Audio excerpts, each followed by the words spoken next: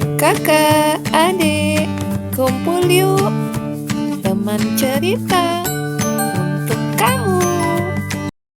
9, 8, 7, 6, 5, 4, 3, 2, 1. Teman cerita, kita akan mendengarkan kelanjutan cerita tentang si kelinci Peter. Dalam cerita kali ini, Peter akan ditemani oleh sepupunya yang bernama Benjamin. Adik, kakak akan mendengarkan perjalanan si kelinci Benjamin ketika akan mengunjungi bibinya dan sepupunya, yaitu Flopsy, Mopsy, Cottontail, dan Peter. Benjamin akan membantu Peter untuk mendapatkan kembali sepatu dan jaketnya yang diambil oleh Pak McGregor. Masih ingat kan teman cerita? Mau tahu keseruan ceritanya? Yuk simak cerita si kelinci Benjamin. Di suatu pagi, seekor kelinci kecil sedang duduk di tepi sungai. Ia menajamkan telinganya dan mendengarkan suara kuda poni yang berlari-lari kecil. Seekor kuda poni sedang lewat di sepanjang jalan. Kuda itu ternyata dikendarai oleh Pak McGregor, dan di sampingnya duduk istrinya yang dipanggil dengan Bu McGregor dengan topi yang dikenakannya. Begitu mereka lewat, Benjamin, si kelinci kecil, meluncur turun ke jalan dengan berangkat sambil melompat-lompat untuk mengunjungi kerabatnya yang tinggal di hutan di belakang taman Pak McGregor. Hutan itu penuh dengan lubang kelinci, dan di lubang paling bersih dan berpasir itulah tempat tinggal bibi dan sepupu-sepupunya yang bernama Flopsy, Mopsy, Cottontail, dan Peter. Bibi Benjamin adalah seorang janda.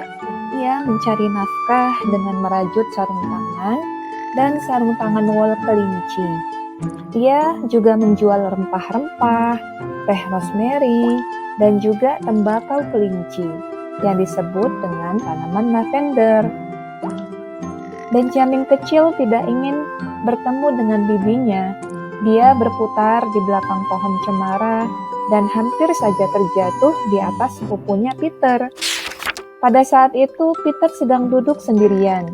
Ia tampak kesakitan dan mengenakan sapu tangan katun merah pada tubuhnya. Benjamin kecil pun memanggil Peter, "Peter!" sambil berbisik.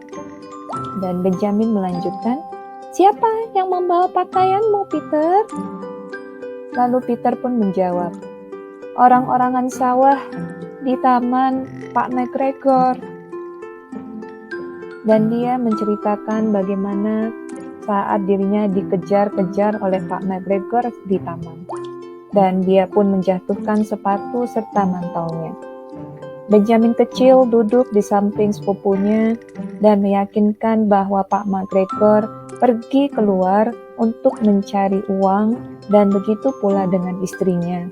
Dan tentu saja untuk hari itu saat yang terbaik untuk mengambil pakaian maupun sepatu yang tertinggal di taman Pak McGregor.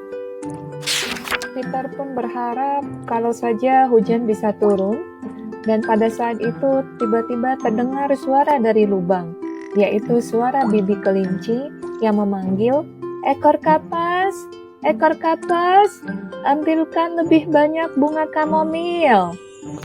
Peter pun berkata ia akan merasa lebih baik jika ia berjalan-jalan. Peter dan Benjamin pergi bergandengan tangan dan naik ke atas tembok datar di dasar hutan. Dari sini mereka melihat ke bawah ke taman Pak McGregor. Ternyata jaket dan sepatu Peter terlihat jelas di atas orang-orang sawah milik Pak McGregor. Benjamin kecil pun berkata, "Menyusup di bawah gerbang bisa merusak pakaian orang. Cara yang tepat untuk masuk adalah dengan memanjat pohon pir." Tiba-tiba Peter terjatuh dengan posisi kepalanya terlebih dahulu menyentuh tanah. Tapi syukurnya tanah tersebut cukup lunak dan baru saja disapu, sehingga Peter tidak merasa sakit. Benjamin dan Peter pun meninggalkan banyak sekali jejak kaki aneh di seluruh tempat bedengan tersebut, terutama Benjamin kecil yang mengenakan sendal bakia. Benjamin kecil berkata bahwa hal pertama yang harus dilakukan adalah mengambil kembali pakaian Peter, agar mereka bisa menggunakan sapu tangan saku itu. Mereka melepaskannya dari orang-orang sawah, dan hujan pun turun sepanjang malam. Ada air di sepatu mereka dan mantelnya pun agak menyusut. Dan Benjamin pun mencoba topi orang-orang sawah milik Pak McGregor. Akan tetapi, topi tersebut terlalu besar untuknya. Kemudian Benjamin mengusulkan agar mereka mengisi sapu tangan itu dengan bawang, sebagai hadiah kecil yang bisa diberikan untuk bibinya. Namun Peter tampaknya tidak menikmati situasi itu. Dia terus berusaha untuk mendengarkan suara-suara. Sebaliknya, Benjamin sangat betah di kebun dan makan sehelai daun selada.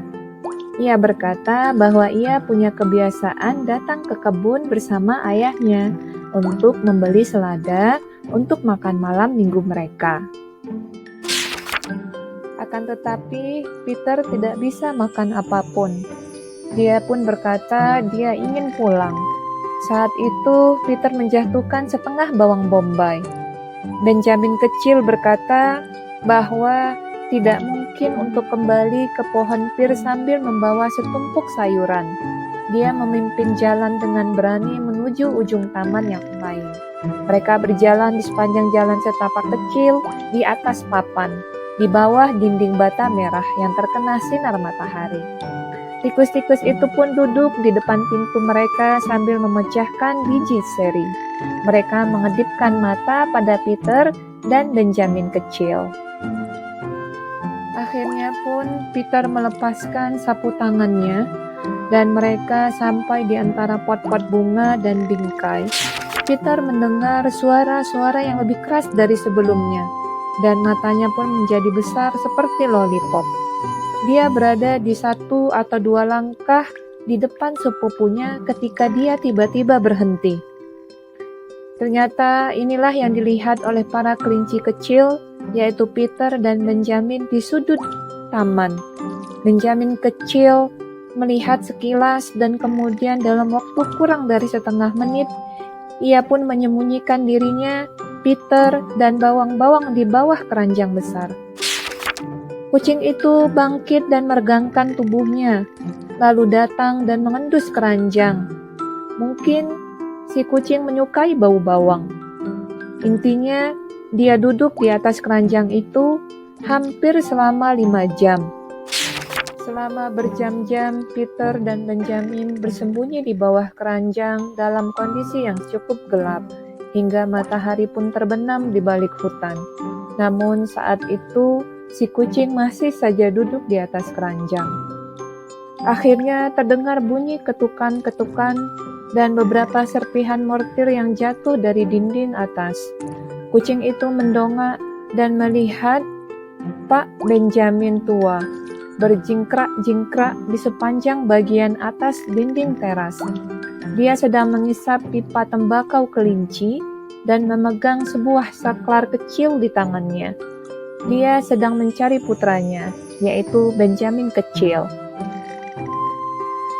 Pak Kelinci pun tidak punya pendapat apapun tentang si kucing.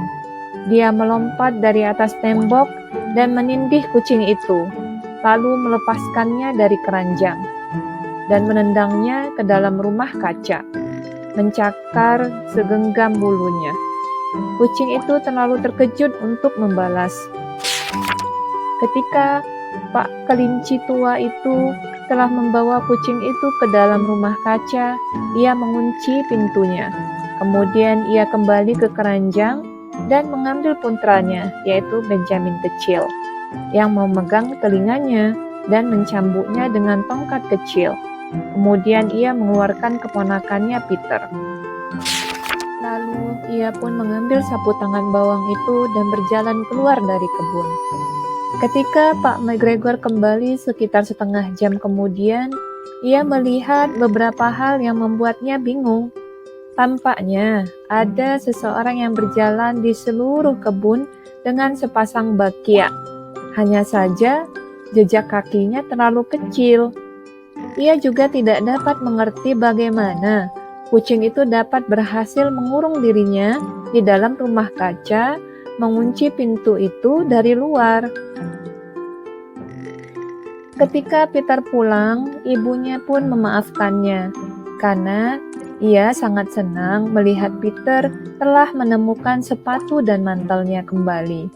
Cottontail dan Peter melipat sapu tangan saku dan Bibi kelinci pun menggantungkan bawang-bawang di langit-langit dapur bersama dengan seikat rempah-rempah dan tembakau kelinci. Cerita pun selesai. Yeay!